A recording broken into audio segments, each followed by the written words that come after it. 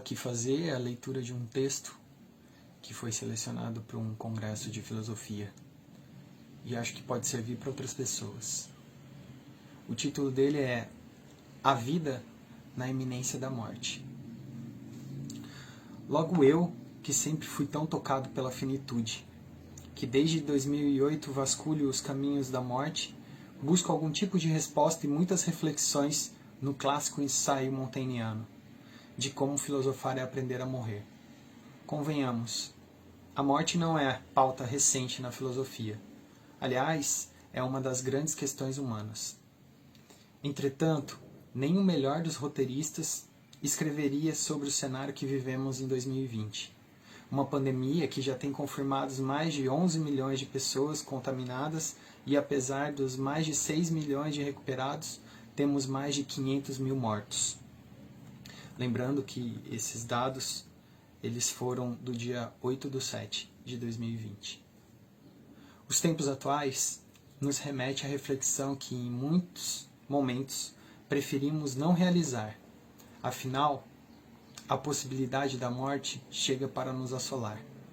Nesse sentido, é com o próprio Montaigne que devemos e vamos aqui dizer: toda sabedoria e inteligência resulta finalmente de que aprendemos a não ter receio da morte. Ao mesmo tempo, parece não estarmos tão preparados para essa realidade, ainda mais isolados e enclausurados. Nesse sentido, a morte segue nos assustando, ou ainda como o próprio autor reflete, temos nela um permanente motivo de tormento. Em certa medida, vive-se um luto antecipado. Ainda não morremos, não estamos contaminados, mas parece que o ar fúnebre penetra o vão das portas e janelas. Talvez através dos noticiários, ou ainda pelas redes sociais, pelas telas dos aparelhos eletrônicos, e por mais isolados que possamos estar, da morte, distante, não conseguimos ficar. Entretanto, a morte e a vida têm uma aproximação extremamente fina e intensa. Sempre o final de qualquer ciclo será o início do próximo, e assim, desde o nosso nascimento. No instante do nascimento, começamos a realizar a construção fundamental, um caminho que iremos passar ao longo da vida, e neste instante, no exato instante em que apreciamos a vida, morrer depressa ou mais devagar é assunto irrelevante. Já morrer bem ou mal é relevante. Ora, morrer bem é escapar do risco de viver mal, como diria Sêneca. Logo questionamos, o que seria viver mal? Ou ainda, como seria viver bem? Aqui há uma necessidade de retornarmos a Nietzsche. Mais especificamente o aforisma do livro A Gaia Ciência, o qual tratará de um conceito, a saber, o eterno retorno. A reflexão nietzschiana nos provoca a pensar se vivemos aquilo que realmente desejamos viver. O provocante filósofo falará sobre o aparecimento de um demônio, o qual irá dizer: esta vida, como você a está vivendo e já viveu, você terá que viver mais uma vez e por incontáveis vezes, e nada haverá de novo nela. Não há melhor momento para pensarmos nisso do que durante uma pandemia. Claro que não é a regra que todos podem estar refletindo sobre a própria vida. Afinal, há outras necessidades básicas. Mas seja por tempo sobrando ou por necessidade de acelerar para garantir a sobrevivência de alguma forma, parece que estamos mais próximos da morte. Ou que, de alguma forma, percebemos nossa vulnerabilidade perante a vida. Então, aproveito esse texto rápido e penso: essa vida que vives hoje seria digna de ser repetida? Você responderia a esse demônio, como diria Nietzsche: você é um Deus e jamais ouvi coisa tão divina. Ou de alguma forma, acharia melhor repensar essa vida, a qual se faz presente no momento. Ao pensar nesse sentido, não posso afastar-me de repensar a infância. A natalidade e a infância para Hannah Arendt trazem a possibilidade para a humanidade de sempre se inventar. Sendo assim, seria a vida adulta o risco de perder a possibilidade de se reinventar?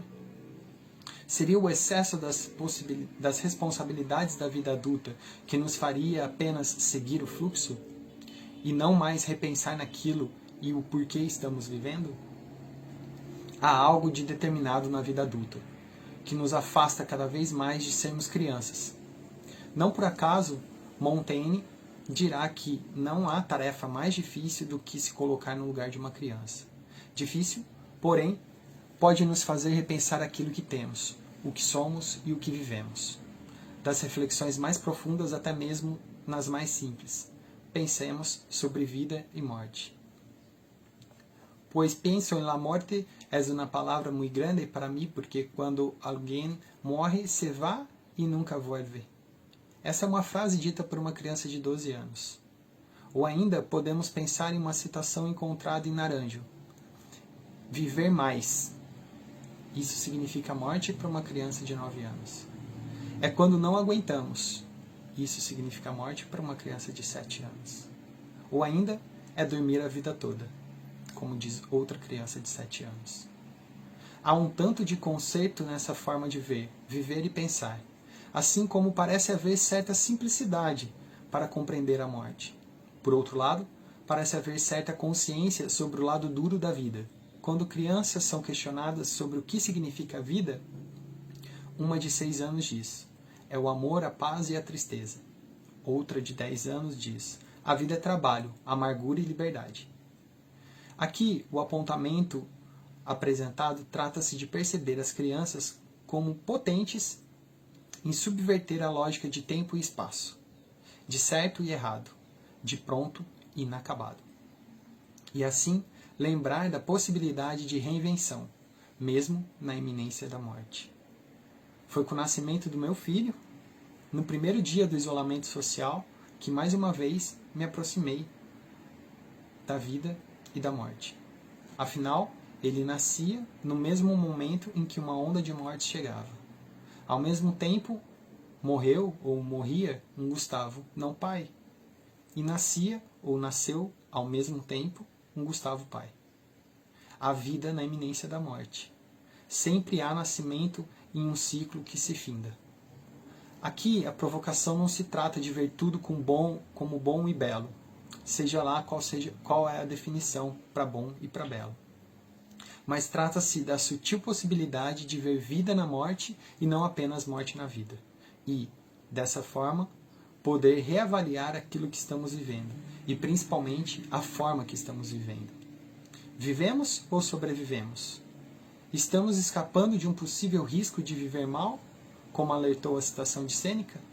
Estamos dispostos, apesar de ser uma difícil tarefa, de nos colocarmos à altura das crianças e de alguma forma aprendermos com elas? Estamos dispostos a chamar o demônio de Deus, após ele nos dizer que esta mesma vida que vivemos agora, viveremos exatamente igual por inúmeras vezes? Será que precisamos da iminência da morte para abrirmos o horizonte das reflexões?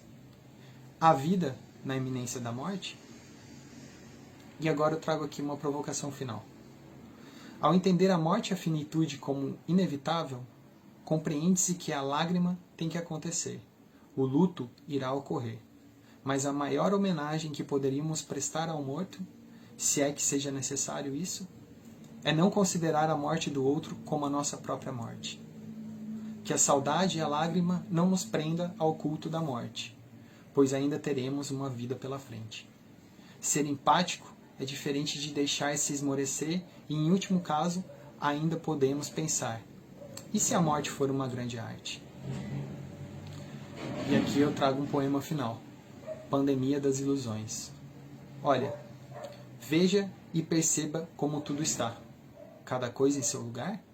Ou nós todos, cada um em um lugar? Uma vida que passa e nada de você aproveitar. Um dia que finda e você nada de mudar. Não é pela pandemia, não é culpa minha. Enclausurados na dúvida de sair ou permanecer, já nem sei qual será o próximo dia que irá amanhecer. Segunda, quarta, sábado, terça, domingo, quinta e feriado, tudo igual, lado a lado. Tento me conectar, me concentrar, todo esse blá blá blá. Mas no mundo só quero saber, será que tudo isso irá acabar? Tudo bem, sejamos sensatos. Vamos lidar com a incerteza. Afinal, é na dureza que também evoluímos com grandeza. Veja só você que beleza. Seguimos tranquilos, na medida do possível. Vai que tudo era só um sonho. Aí é simples. A aula eu só reponho.